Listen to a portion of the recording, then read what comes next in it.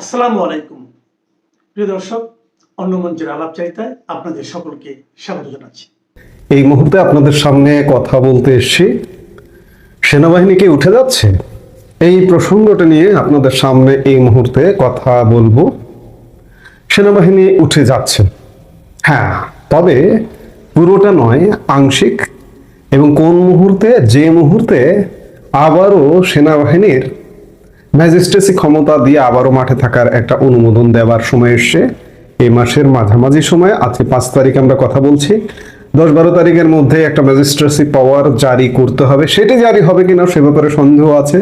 সেনাবাহিনী মাঠে কিঞ্চিত থাকবে, সেটা ম্যাজিস্ট্রেসি পাওয়ার নিয়ে থাকবে কিনা এখনো নিশ্চিত নয়। তবে গতকালকে সচিবালয়ে একটি বৈঠক অনুষ্ঠিত হয়েছে, সেখানে সিদ্ধান্ত হয়েছে যে আইন শৃঙ্খলা পরিস্থিতি নিয়ন্ত্রণে দায়িত্বে থাকা সেনাবাহিনীর অর্ধেক সদস্যকে মাঠ থেকে সরিয়ে নেওয়া হচ্ছে। গতকাল মঙ্গলবার সচিবালয়ে স্বরাষ্ট্র মন্ত্রণালয়ের সভাকক্ষে আইন শৃঙ্খলা সংক্রান্ত কোর কমিটির সভায় এই সিদ্ধান্ত হয়। আপনারা জানেন যে গত প্রায় 14 মাস 7 ধাপে 2 মাস করে বাড়িয়ে ম্যাজিস্ট্রেসি পাওয়ার নিয়ে সেনাবাহিনী মাঠে আছে। মাঠে থেকে কি লাভ? দেশের আইন শৃঙ্খলা পরিস্থিতি চরম বিতর্কিত, স্মরণকালের ভয়াবহ আইন শৃঙ্খলা পরিস্থিতি, কোনো লাভ হচ্ছে না। কোনো লাভ হচ্ছে না তখন সেনাবাহিনী ইতিমধ্যে দেশে বিদেশে চরম বিতর্কিত হয়ে পড়েছে। এমনকি বিতর্কের জায়গাটা এমন জায়গায় পৌঁছেছে যে আন্তর্জাতিক ভাবে যে সেনাবাহিনীর উপস্থিতি, জাতিসংঘ শান্তিরক্ষী মিশন, সেই শান্তিরক্ষী মিশন থেকে পর্যন্ত ফেরত আসছে। ইতিমধ্যে এই 25% সেনাবাহিনীর সদস্যদেরকে ফেরত পাঠানো হচ্ছে নানা কারণে। সেখানে আরো কারণ আছে, যেমন জাতিসংঘের শান্তিরক্ষী মিশনের ফান্ড কমে যাচ্ছে। ফান্ড ক্রাইসিসের কারণে পৃথিবীর অন্যান্য প্রান্তের সেনাবাহিনীর সদস্যদেরকে হয়তো 10%, 5% কমিয়ে দেওয়া হচ্ছে। বাংলাদেশের কমিয়ে দেওয়া হয়েছে ইতিমধ্যেই 25% এবং ভবিষ্যতে আরো কমবে। সেনাবাহিনীর ভাবমূর্তি যদি দেশেই উজ্জ্বল না থাকে, তাহলে সেই সেনাবাহিনী বিদেশে কিভাবে ভাবমূর্তি উজ্জ্বল হবে? আরেকটি জিনিস, সেনাপ্রধান জেনারেল ওয়াকারুজ্জামানও চরম বিতর্কিত ভূমিকায় অবতীর্ণ হয়েছেন ইতিমধ্যেই। তিনি তার পূর্ণ মেয়াদ পূরণ করে যাবেন কিনা, যেতে পারবেন কিনা, সেই প্রশ্নও কিন্তু চারপাশ দিয়ে ঘুরপাক খাচ্ছে। গতকালকের সভায় বলা হয়, বিশ্রাম ও নির্বাচনকালীন প্রশিক্ষণের জন্য অর্ধেক সদস্যকে আপাতত সরিয়ে নেওয়া হবে। বুধবার মানে আজকে থেকেই তা কার্যকর হবে। তাদের বিশ্রাম ও প্রশিক্ষণের পর আবার মাঠে পাঠিয়ে বাকিদের সরিয়ে নেওয়া হবে। সভায় উপস্থিত এক শীর্ষ কর্মকর্তা জানান, সদস্যদের বিশ্রাম ও নির্বাচনকালীন প্রশিক্ষণের জন্যই এমন সিদ্ধান্ত নেওয়া হয়েছে। এখন সেনাবাহিনী তাদের মতো করে সিদ্ধান্ত নেবে, প্রশাসনের মতো করে না, বেসামরিক প্রশাসনের নিয়ন্ত্রণে থেকে না, তাদের মতো করে সিদ্ধান্ত নেবে। যাই হোক, সেনাবাহিনী উঠে যাচ্ছে, সোজা কথা। এই মুহূর্তে সেনাবাহিনীর সদস্য 30,000 করে মাঠে ছিল। রোস্টার ডিউটি 31,000 উঠতো, 31,000 নামতো, এটি 10-12 হাজারে নেমে আসবে। কখন সেনাবাহিনী মাঠ থেকে উঠছে? সেনাবাহিনী কেন মাঠে নেমেছিল নিশ্চয়ই আপনারা জানেন, যে পুলিশ নিষ্ক্রিয়। পুলিশ কি এখনো সক্রিয় হয়েছে? আইন শৃঙ্খলা পরিস্থিতির চরম অবনতি। আইন শৃঙ্খলা পরিস্থিতির কি উন্নতি হয়েছে? পুলিশও সক্রিয় হয়নি, আইন শৃঙ্খলা পরিস্থিতিরও উন্নতি হয়নি। কিন্তু এই অবস্থায়, এই জায়গা থেকে, মাঝপথ থেকে সেনাবাহিনী উঠে যাচ্ছে। এই সেনাবাহিনী যে উঠে যাচ্ছে, এই উঠে যাবার পরে দেশে কি অবস্থা হবে এটাও একটু দেখা দরকার। এটা মাথায় রাখবেন যে বাংলাদেশের নাগরিকরা আজকে থেকে যতটুকু সতর্ক আছেন, সচেতন আছেন, আরো চরম সতর্কতা অবলম্বন করতে হবে আপনাকে। আপনার যান মাল নিরাপত্তার স্বার্থে, আপনার ভ্রমণ থেকে শুরু করে, রাত্রি জার্নি থেকে শুরু করে, নানান ক্ষেত্রে আপনাকে চরম সতর্কতা অবলম্বন করতে হবে। সামনে কিছুদিন তো চরম একটা সহিংসতাপূর্ণ পরিবেশের মধ্যে দেশ ঢুকে যাচ্ছে, আমরা সেটা দেখতে পাচ্ছি। কারণ সেনাবাহিনী এই মুহূর্তে একটা ভরসার জায়গা ছিল। মানুষ, যদিও কিছু হচ্ছে না, কিন্তু তারপরেও একটা ভরসার জায়গা ছিল যে একটু দূরে সেনা ছাউনি আছে, ডাকলে হয়তো পাওয়া যাবে। কিন্তু এখন কিন্তু সেটি আপনি পাবেন না। 10-12 হাজার সেনা থাকবে, তাও ম্যাজিস্ট্রেসি পাওয়ার নিয়ে থাকবে কিনা গত 14 মাস যাবত যেভাবে আছে সে ব্যাপারে যথেষ্ট সন্দেহ সংশয় আছে।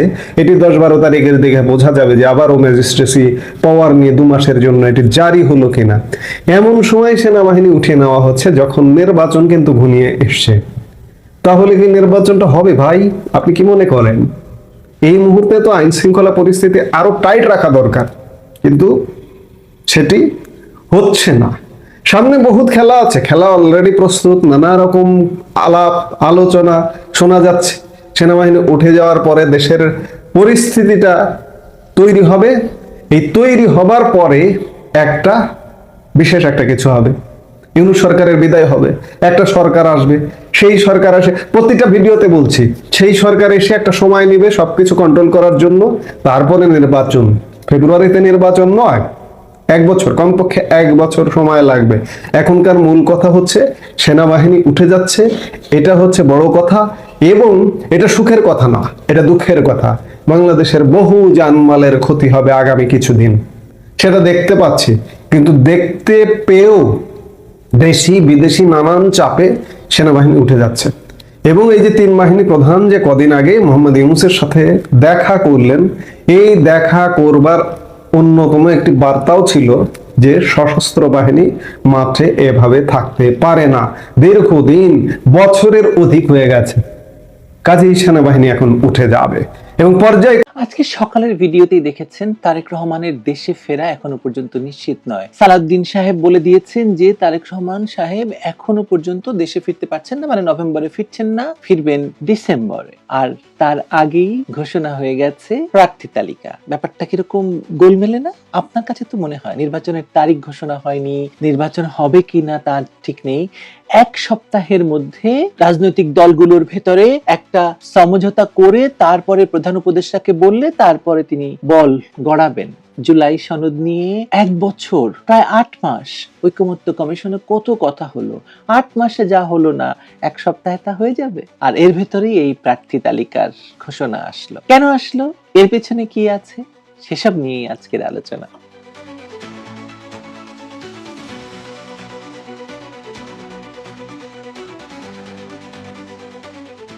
এখনো পর্যন্ত নির্বাচনের তারিখ বা তফসিল কোনোটাই ঘোষিত হয়নি। দলগুলোর মধ্যে এখনো বিতর্ক চলছে গণভোট আগে না নির্বাচন আগে। জুলাই সনদের কি হবে?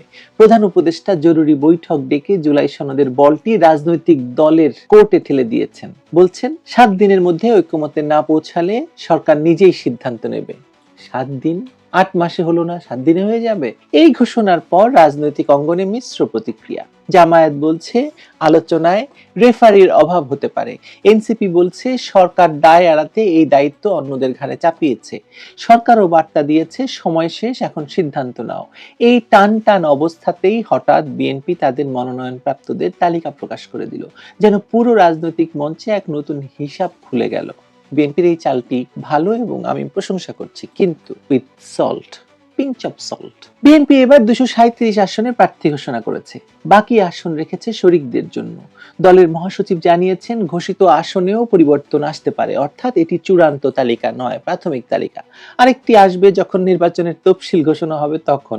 প্রশ্ন উঠছে নির্বাচন নিয়েই যখন অনিশ্চয়তা, তখন এত তাড়াহুড়া কেন? বিকল্প প্রার্থী যাচাই, অভ্যন্তরীণ কোন্দল ঠান্ডা করা এবং সরকারকে নির্বাচনের দিকে ঠেলে দেওয়া। শুনতে কৌশল ভালো মনে হলেও বাস্তবে এটি অনেকের চোখে মনোনয়ন বাণিজ্যের প্রথম দফা। বিএনপির রাজনীতিতে এটা নতুন নয়। 2018 সালেও একাধিক প্রার্থীকে আশার আলো দেখিয়ে বিপুল অর্থ আদায় হয়েছিল বলে অভিযোগ আছে। ব্যাপারে আরো বিস্তারিত কথা বলবো একটু পরে। এবারও অনেকে মনে করছেন একই খেলা নতুন মোড়কে ফিরছে। এখন একটি খসড়া তালিকা, পরে ফাইনাল তালিকা, আর এই 2 দফাতেই হবে কি লেনদেন লেনদেন লেনদেন। এর সঙ্গে যুক্ত হচ্ছে আরেকটি অদ্ভুত দৃশ্য। এখনো পর্যন্ত তারেক রহমানের দেশে ফেরাটা অনিশ্চিত, অথচ তিনি প্রার্থী তালিকা ঘোষণা করেছেন এবং তাকেও নির্বাচনের প্রার্থী করা হয়েছে। এই সিদ্ধান্ত যে হাস্যকর তা বিএনপির নেতৃত্ব জানে না, এটা বিশ্বাস করা কঠিন। অনেকে বলছে তার না ফিরলে কি হবে? খালেদা জিয়া তো দেশে আছেন, তাকেও 3টি আসনে প্রার্থী করা হয়েছে, হবেও বা, কিন্তু তিনি তো এখন বেশিরভাগ সময় কাটাচ্ছেন এভার কেয়ার হাসপাতালে। সেখান থেকে তার পক্ষে নির্বাচনের মাঠে নেমে লড়াই করা অসম্ভব না হলেও স্বাস্থ্য শারীরিক ঝুঁকি তো আছেই। খালেদা জিয়ার না মানে এখন তখন অবস্থা, এবং শেখ হাসিনার আমলেই তো সেটা হয়েছিল এবং তাকে বিদেশে নেওয়ার জন্য মানুষ পাগল হয়ে গেছিল। তাহলে এখন তিনি নির্বাচনের মাঠে কিভাবে কাজ করবেন? এই প্রশ্ন তো মানে যুক্তিসঙ্গত। তাহলে এই মনোনয়ন আসলে কিসের? রাজনৈতিক বাস্তবতা নাকি এই যে মানে পারিবারিক বাণিজ্যটা ধরে রাখার চেষ্টা? অনেকের মতে এটি রাজনৈতিক কৌশলের চেয়ে অনেক বেশি বাণিজ্য, অনেক বেশি নির্বাচনের মৌসুমের প্রথম ব্যবসা। বিএনপির এই ঘোষণায় যেমন বিভ্রান্তি, তেমনি এক ধরনের আত্মবিশ্বাসের অভিনয়ও লক্ষ্য করা যায়।